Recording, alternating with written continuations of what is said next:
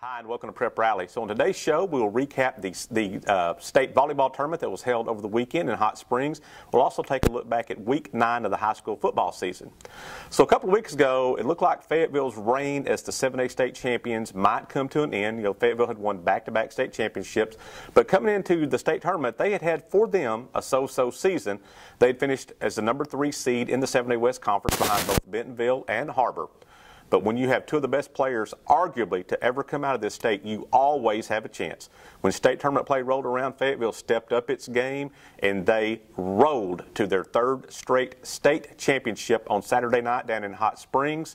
Fayetteville seniors Ella Mae Powell and Haley Warner, they carried the team to the state championship like they had the 2 previous seasons. They knocked off both Bentonville in the semifinals and Harbor for the 3rd straight year in the finals. So again, when the dust settled Saturday night down in Hot Springs, it was Fayetteville carrying off that big wooden state championship trophy. Paul Boyd covered Saturday's championship match for the Northwest Arkansas Democrat-Gazette.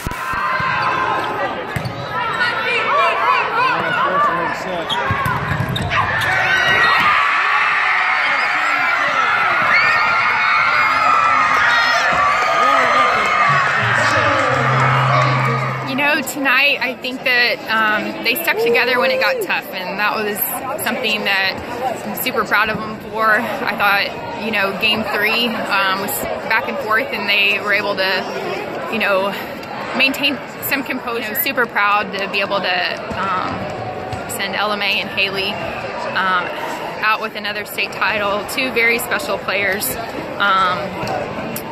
in the history of Arkansas volleyball, and I think that not just those 2, but all our kids really had a great amount of focus and determination this week. And so, as a coach, just really proud of them.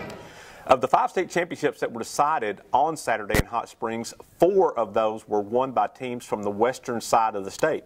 In Class 4A, Shiloh Christian, they won their 2nd state title in the past 3 years as they rallied. They lost the first set to Baptist Prep, but they came back and won the next 3 sets to win the 4A state championship.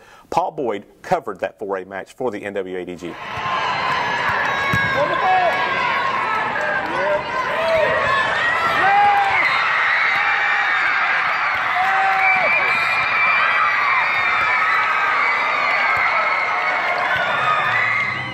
Our inexperience kind of showed at that first, the arena, the bright lights, just being in the state finals, and they kind of just lost their minds for a little bit.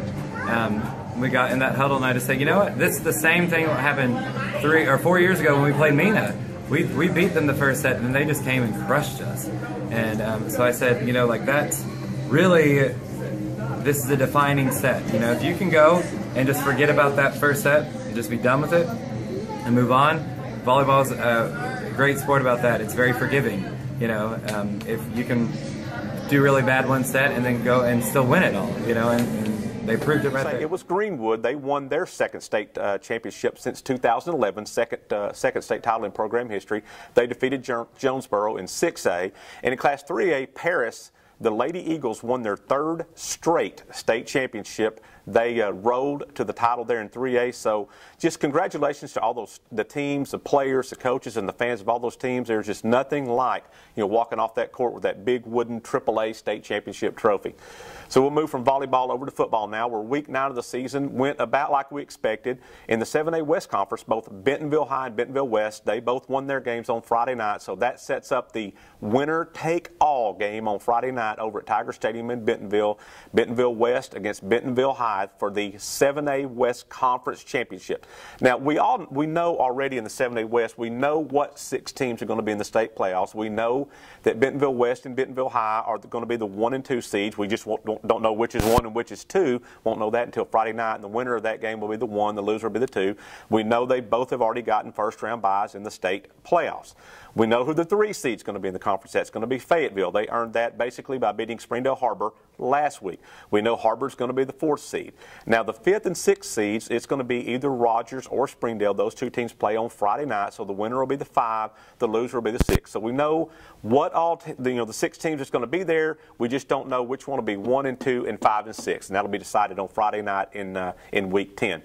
In Class 5A, in the 5A West, this is still kind of a wide open race. Now, Alma has the inside track to the #1 seed, and they can lock that down with the win against Maumelle on Friday. However, there are still 3 other teams that could still win that 5A West Conference, so it is a log jam in the 5A West for sure. Farmington still has an outside shot at getting a playoff spot in the 5A West, but they would have to go on the road and win a big game at Harrison on Friday. Obviously, it's possible, and so we'll see how all that shakes out. So the 5A West, looks like Alma's going to be the #1, but anything could happen in Week 10. In the 4A1, Pea Ridge has already locked down the #1 seed. They're going to get home field advantage throughout the playoffs, and they've already locked that down no matter what happens in Week 10. Prairie Grove's going to be the #2 no matter what happens on Friday night. We know they're going to be the #2. The #3 seed, Gravette took a big step toward locking down that 3 seed. They beat Shiloh Christian. They ended a 15-year losing streak to the Saints. It was a big win for Gravette on Friday night, a lot of emotion, and they took a big step toward that #3 seed with the win, but Gravette still has some unfinished business. They will need to beat Gentry on Friday night, this coming Friday night, and then Shiloh Christian, or if Shiloh Christian were to lose to Pea Ridge, that would also lock down that #3 seed for Gravette. We have some highlights from that Gravette-Shiloh Christian game right here.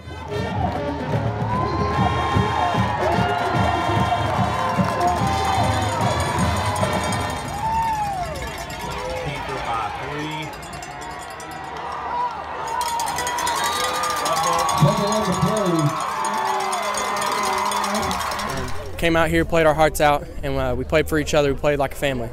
So I'm proud of our guys. It's the one I've been wanting the whole time, and Shiloh's got, they did a great job, and that makes it tough, and we were able to get them tonight, and hopefully we'll continue forward and win some more games.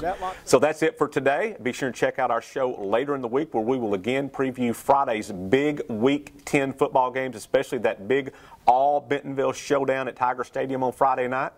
Thanks for watching, and we'll see you next time on Prep Rally.